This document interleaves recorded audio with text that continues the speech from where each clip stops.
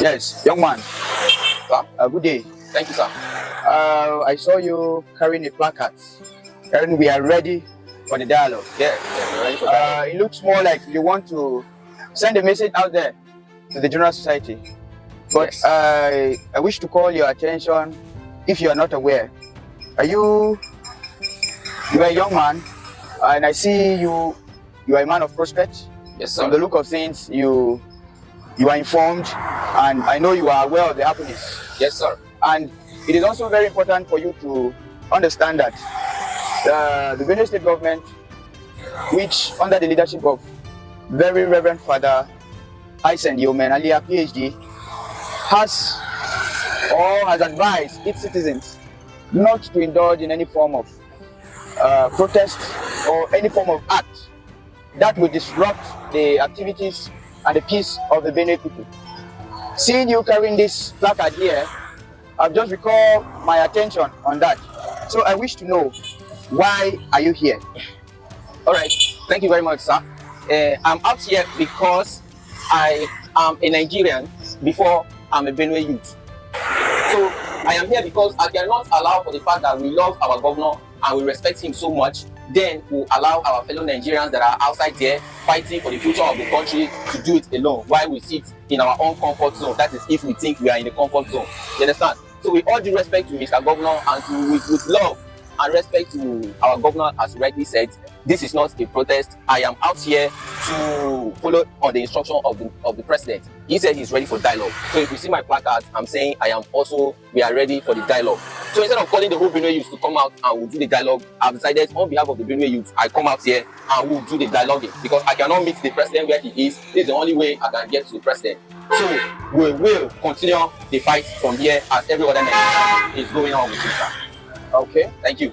Thank you so much for letting us know that you are not protesting. No. Rather, you are sending an information to the general society, not just the Benue people, but to entire Nigerians. They should know that yes, the youth are ready for dialogue.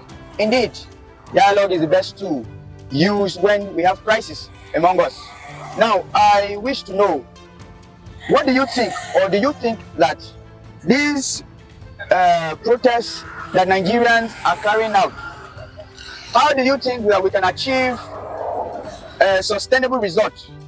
If you could know, you are aware of the protest, on the 1st of August, the nationwide protest commenced, and a lot of violence were recorded in Afan northern states, likes of Kano and the rest. Yes. So how do you think such protests will yield fruitful result, bearing it in mind that we are advocating, or we are crying out to end bad governance, and in turn we are the ones indulging in things that are not right? Yes. So how are we going to achieve this? Please, can you throw more light to that? Okay, thank you very much for that question. I understand that back in 2020, the protest, the one that was more violent and more that had more weight, which was the End SARS protest, I ended up understanding that it was, I can say, please not to disrespect anybody, but it was a waste of energy that we would have channeled it towards demanding for things that needed to be changed in order to achieve sustainable results. So in order to not allow this one to go to waste, this protest to go to waste, I decided to step in to correct our direction or our approach towards this protest, because it is in futility to know or understand that Nigerians are now protesting that the corrupt political leader should change his mind. Instead of looking towards restructuring the system, making some specific and intentional constitutional changes in order to arrive at sustainable results, we are looking at policies alone, or we are looking at the goodwill of the political leader. We've waited for leaders to develop goodwill. This is 64 years old. So I am saying that if we are asking for change, we should know exactly what needs to be changed and why it should be changed. You understand? I am saying let's use a systematic approach. This is a democracy. It covers everything. Let's get to a point where even the leader is afraid of committing crime. Because if man is not afraid of anything, man will, I'm guaranteeing you, man will be selfish. And power, they will abuse it if it is unchecked. Yes. Okay. Thank you so much. Thank you, sir. Yes. During your response, I heard you talking about restructuring.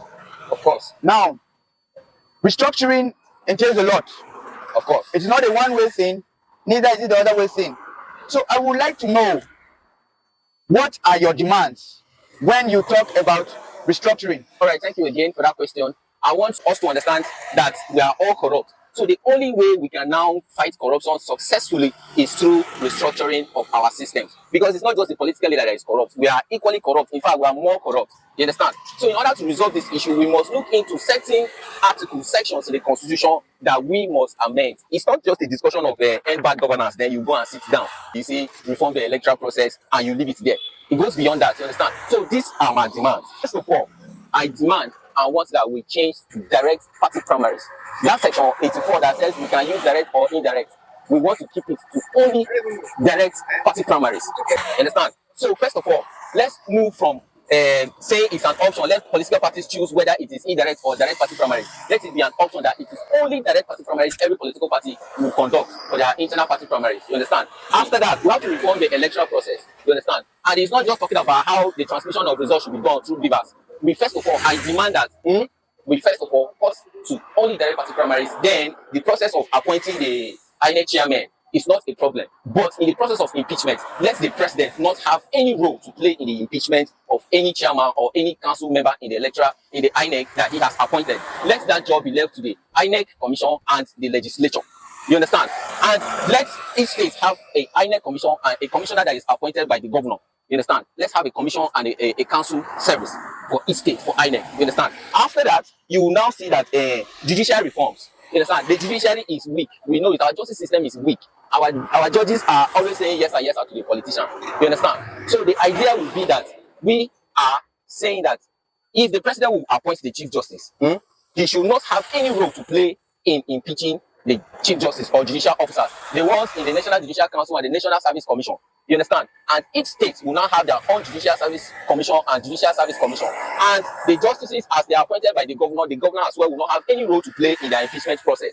You understand? The discussion is deep. There are other details that I can go on, but just for this placard, it's not very plenty. You get? So I just highlighted them here. So the life tenure of our chief justices, let them have a life tenure, just like it is done in the USA. You understand? Don't compare them to retire at 75 or voluntarily retire. You get? Let them have life tenure, and the budget of the judiciary, may it be given to the judiciary after the approval of the Senate annually. May not be said they cost money, give them say take another one come take monthly. No, give the judiciary all their budget if it is approved on an annual basis. You understand? Then the judiciary also have two accounts, one for infrastructure and recurrent expenditure and one for administrative purposes.